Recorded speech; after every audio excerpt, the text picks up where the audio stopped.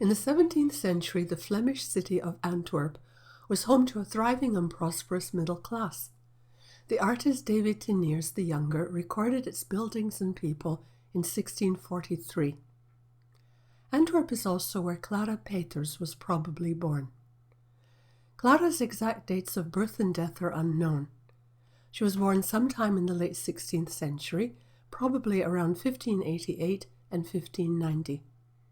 She worked in Flanders and Holland. Clara's style is lifelike and detailed, the kind of style her contemporaries loved. Many 17th century Flemish artists still tackled religious narratives. Clara, however, specialized in complex still life compositions packed with a variety of objects. Some of her objects are made by nature, like fruit and flowers. Others, such as ceramic bowls and goblets of precious metals, are made by human hands. Foods, cooked and uncooked, ordinary and exotic, include fish, fowl, cheese, and baked goods. And Clara further enriched her still lifes with images of animals, like the squirrel on the right. Acorns for the squirrel lie in front of it. A plate of crayfish sits nearby. Containers of fruit on the left include a humble wicker basket and a more expensive silver-gilt chalice. Clara's still lifes reflect the popularity for collecting objects and the cabinets or rooms of curiosities that collectors built to put their precious objects in. Clara also enriched some of her still lifes by adding her self-portrait. In an oil-on-panel painting dated between 1610 and 1620, Clara paints herself seated at a table. She's paused in the act of engraving a gold chalice that lies on its side. In her right hand, she holds an engraving needle, in the other, a magnifying glass to facilitate her work. Her tightly pulled back hair draws attention to her round face and high forehead. She is fashionably and expensively dressed. Her clothes include a short white cape with a starched lace collar.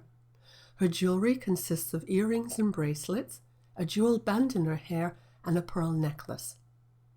In a self-portrait, expensive clothing and jewelry point to the artist's wealth, acquired through her success as a painter. Two things make this painting unusual. First, Clara combines a self-portrait with a luxurious still life. The objects on the table include a glass vase of flowers, both wild and domesticated, a gilt-lidded goblet with all-over decoration, jewelry, and coins. A bubble rises above the flowers. It's a transient object, a contrast to the longer staying power of the other objects.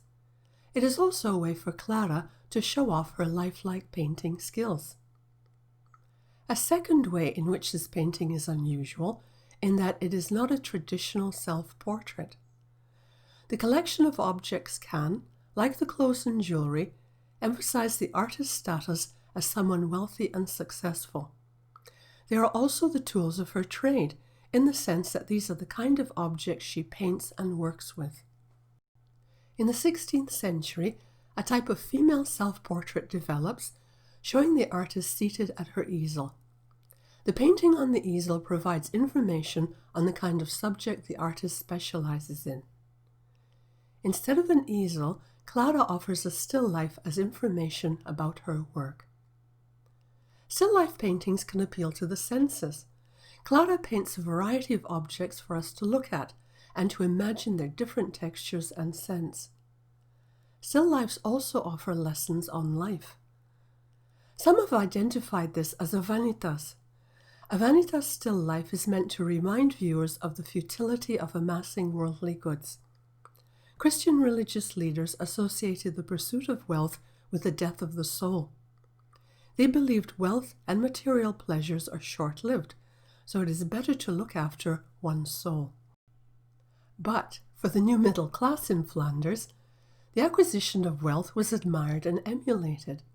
This painting is a celebration of wealth. Wealth was seen as the reward for hard work and frugality. Both are middle-class virtues. So the acquisition of wealth is morally good, and healthy too. Some 17th century physicians said poverty led to health problems. and that transient bubble might stand for the middle-class fear of losing everything that one has worked so hard for.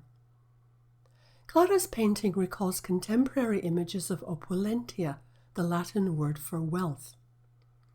This 17th century copper engraving shows a female personification of opulentia.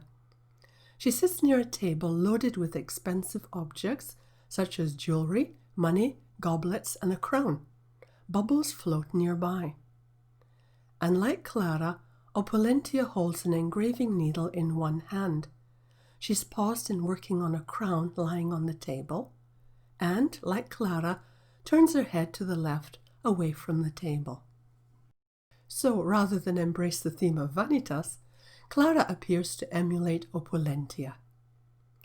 Another unusual still life was painted by Clara in about 1612. Clara arranges natural and human-made objects on a table or ledge. This still life is unusual because Clara paints herself several times in the circular projections on the goblet on the far right. She's holding a brush and palette. Since this painting measures only 26 by 22 centimeters, the portraits are tiny.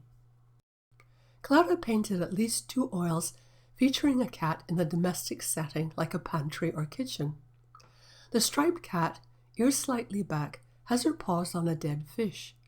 She is accompanied by seafood and a colander. Scents and sensations abound. The fur of the cat, the scales of the fish, the shells of the crayfish, the ceramic colander, the beads of water on the table. Clara's painting has at least 4 lessons to offer. 1. That patience and watchfulness pays off. 2. Thieving gets results. The cat's ears are back. Does she know she's done something wrong? Lessons 3 and 4 are embodied in sayings. Material and animal desires prevent the soul from reaching spiritual fulfillment. And a cat does not like to get her paws wet. So this cat uses her smarts to let the humans get wet for her. About 40 of Clara's paintings have survived. Some sources say she stopped painting after 1621. She died sometime around the middle of the 17th century, possibly in Holland.